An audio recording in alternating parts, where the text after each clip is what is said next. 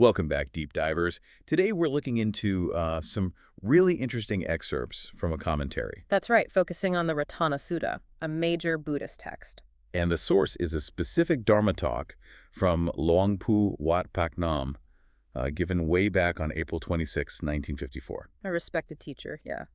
And this talk gives a particular viewpoint on the sutta. So our mission today is really to unpack the main ideas from this specific commentary.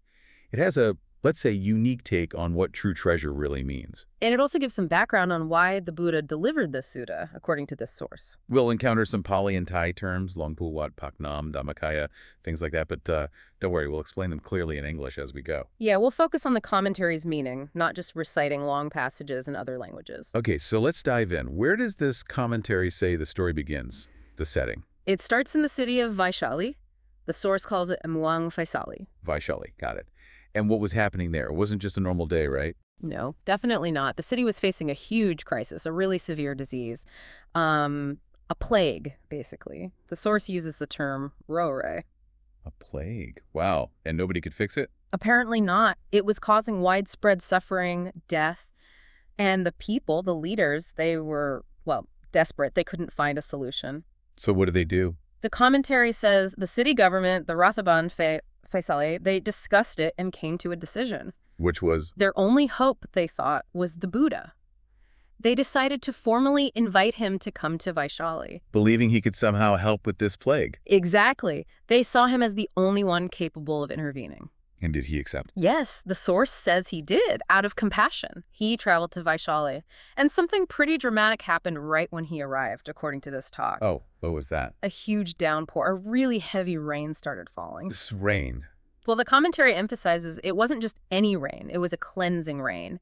It literally washed away the corpses, the sack sop that had accumulated in the city from the plague. Whoa, so it physically cleaned the city. Yes, washed everything away, making the city physically clean again. It's quite a striking image. It really is. So the city is cleansed before the teaching even starts. Precisely. It sets the stage, you could say. And it was only after this cleansing rain in the now clean city that the Buddha delivered the Rattana Sutta. Okay, that context makes the opening lines even more interesting. Who is the Buddha actually talking to first in the sutta, according to this commentary? Right. The sutta begins by addressing beings called Bhuta. Bhuta, like people, or... Well, the first verses say, Yanida Bhutani Samagatani, whatever beings have gathered here. Okay. Bhumani Vayani Valantalike, whether they're on the ground or, in the air. Ground or air, so not just humans then. Exactly. The speaker in the commentary acknowledges that traditionally we might think of these as unseen entities, maybe spirits, ghosts, fae, or even demons, pisat, things you don't normally see. Right, the unseen world. And the speaker giving the commentary even says, based on his ordinary sight, he doesn't see them physically like that. But there's a but here, isn't there? Yeah. Relating to Dhammakaya. Yes, this is a really key point in this particular teaching. The commentary states that those who have attained what it calls Dhammakaya, they can perceive these Bhuta. Ah, so it's a kind of spiritual sight. That's how it's presented. The speaker mentions practitioners at Wat Paknam, his temple, who've reached this state and can apparently see and describe these beings. Some look thin, like pretas or hungry ghosts. Others look more, human-like, maybe fat. Interesting. So it connects seeing these beings to achieving Dhammakaya. Yeah. What role do these Bhuta play then? Why address them first? According to the commentary's interpretation of the sutta, these beings receive offerings bali from humans day and night. Offerings. Yes. And so the sutta asks them first to be well-intentioned, sumana, and listen respectfully, sakakasuntentu pasita. Okay, listen up. And then it asks them to act with kindness, metta, towards humans, manusya pachaya. Be kind to people. And to protect them diligently. Rakatha apamata. Protect them. Why? Because of the offerings. That's the connection made in the sutta, yes. It's framed like a reciprocal thing. Humans make offerings, so these beings should protect them. The commentary suggests these beings can influence human well-being, for good or ill. And there are many of them. A huge number, the speaker says. Maybe as many as humans. So the Buddha's first step in this reading was to address these unseen forces, these Bhuta, and ask for their goodwill towards the people of Vaishali. That's fascinating. Sort of like pacifying the local spirits before getting to the main point. You could see it that way, dealing with the whole environment, seen and unseen. Which then leads into the core idea of Rattana, right? Treasure. Exactly. After addressing the Buddha, the sutta turns to the concept of Rattana, treasure or jewel. It speaks about any treasure you could possibly find. Like anywhere. Yeah, in this world, other worlds, even heavenly realm sakesu, any kind of valuable thing. But then it makes a really bold claim, a very powerful one. The central line is, Nazama ati tathāgatena. Meaning? There is nothing equal to the Tathagata. The Buddha is declared the supreme, incomparable treasure. Okay, now, how does this specific commentary help us understand what counts as treasure or wealth? It uses the term sapa, right? Yes, sapa for wealth or treasure. And it breaks it down into two main types, which is quite helpful. What's the first type? The first is aviyana sapa. Aviyana. Yeah. Sounds like inanimate. Exactly right. Aviyana means without consciousness. So this is inanimate wealth. Like what? Give us some examples from the source. Sure. The commentary lists things like land, buildings, material goods, money, gold, diamonds, gems, you know, the usual suspect. The stuff we normally think of as wealth. Right. But interestingly, the commentary extends this category upwards. It includes heavenly treasures, too. Heavenly treasures. Like the incredible jewels that adorn the palaces in the 6 Deva realms, the heavens of the sense sphere, and even treasures in the higher Brahma realms, the Rupa and Arupa Brahma worlds. Even these are classed as avinyanaka, inanimate wealth. Okay, still stuff, even if it's heavenly stuff. So that's avinyanaka sapa. What's the other kind? The second type is savvyana-ratana sapa. So savvyana-ratana.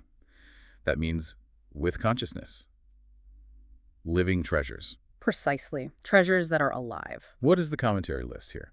Well, the initial examples are things like livestock cattle, elephants, horses, and also servants or attendants. Beings with consciousness considered valuable assets traditionally. Okay, that makes sense. But doesn't the commentary take this idea further? Something about a person becoming this kind of treasure? Yes, and this is a really fascinating point in this talk.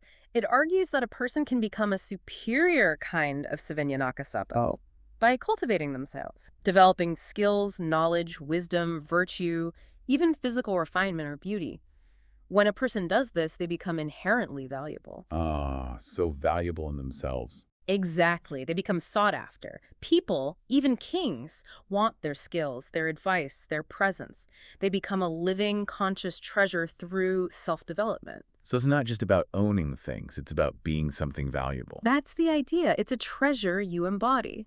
And the commentary points to even higher examples within this savvyana category. Higher examples? Like the legendary 7 treasures of a Chakravartin, a universal monarch. Oh, right, the wheel treasure, the elephant treasure, the hearse treasure. Yes, the Chakravartana, the Ilhatha-ratana, elephant, asserts, plus the treasurer, general, jewel, and the woman or queen treasure, Paranyaka-ratana, Manaratana, Ithi-ratana. They seem like objects, some of them. Well, the commentary describes them as acting like powerful, almost conscious treasures that support the ruler's righteous reign effortlessly. They're not just passive objects. Kind of magical, then. Almost. And the commentary also mentions the Kyo Kayasi, a wish-fulfilling gem, as another example of these high-level, seemingly conscious treasures. Okay, so we have inanimate treasures, living treasures, including people who've cultivated themselves, and these sort of super treasures. But the sutta still says, and none of them compare. Nano samati tathagatena. Nothing equals the Tathagata. And this is where the commentary gives its most significant interpretation, isn't it? Identifying what that ultimate treasure is. Absolutely. This is the core point. And it says that the Tathagata, the supreme Buddha-ratana, or Buddha treasure, is the Dhammakaya. Precisely. The commentary makes that direct equation. The Tathagata, the Buddha-ratana, the Dhammakaya. Dhammakaya. We hear that term a lot in relation to this teaching lineage. Is this just the commentator's idea, or does he back it up? He backs it up by quoting the Buddha himself. The source cites the famous exchange with Vakali Thera. What did the Buddha say? Yoko Vakali Dhamma Pasati Sumana Pasate. Which means? Indeed, Vakali, one who sees the Dhamma, sees me. Seeing the teaching is seeing the Buddha. Okay. And the commentary adds the phrase attributed to the Buddha, Dhammakaya aha itipi. The Tathagata is the Dhammakaya. Or I am the Dhammakaya. Wow. So the commentary uses the Buddha's own reported words to equate seeing the Dhamma, seeing the Buddha, and the Buddha being this Dhammakaya, and this is the ultimate treasure. Yes. Attaining the Dhammakaya is attaining the Buddha-ratana, the supreme treasure. The commentary is emphatic. This treasure surpasses all other treasures, avinyanaka or savvinyanaka, throughout the entire cosmos, a triple realm, sensory, form, formless. Nothing compares. Nothing at all.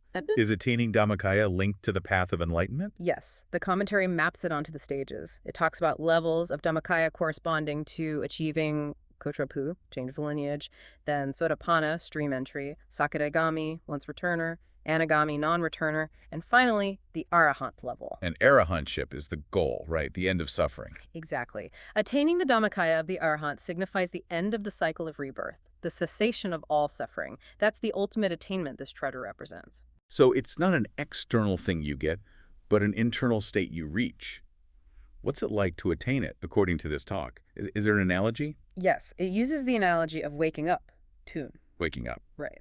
Those who haven't attained Dhammakaya are described as still being asleep, lap, perhaps held fast by Mara the tempter, the personification of defilements and obstacles. So it's a spiritual awakening from the sleep of ignorance. That's the feeling conveyed. And this awakening isn't just a feeling, it brings direct, profound insight. Insight into what? Into the fundamental nature of reality, specifically impermanence. The commentary quotes the classic formulation, Yas kinichi samudayadhamai sabanta nirohathamar. Whatever has the nature to arise has the nature to cease. Exactly. You see this directly, like Ajahn Kandana did when he first heard the Buddha teach.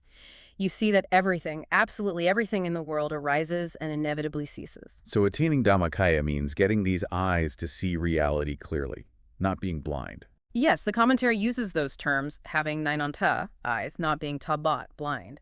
It's seeing the ultimate truth.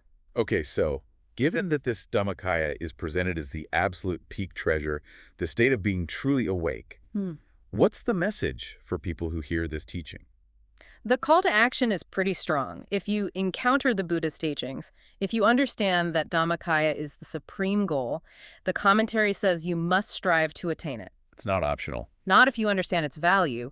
To know about it and not pursue it is presented as an unimaginable loss, a huge waste of a precious opportunity. It really frames it as the most worthwhile thing a person can do. Absolutely. It's the peak treasure Rattana, the ultimate gain. And the speaker doesn't just leave it as theory. Right, you mentioned Wat Paknam earlier. Yes, the commentary explicitly states that at Wat Paknam, the temple where this teaching originates, there were many people, he says over 150, monks, novices, laymen, lay women who had already attained the Buddha-ratana, the Dhamma-ratana, the Sangha-ratana, understood in this way as Dhammakaya.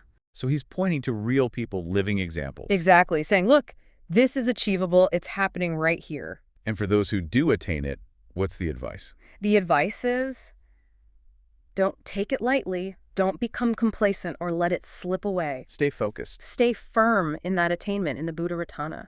Even when defilements, kiliyasa, arise, which they might, don't let them pull you away. Because you now have the eyes to see what's truly valuable. Precisely.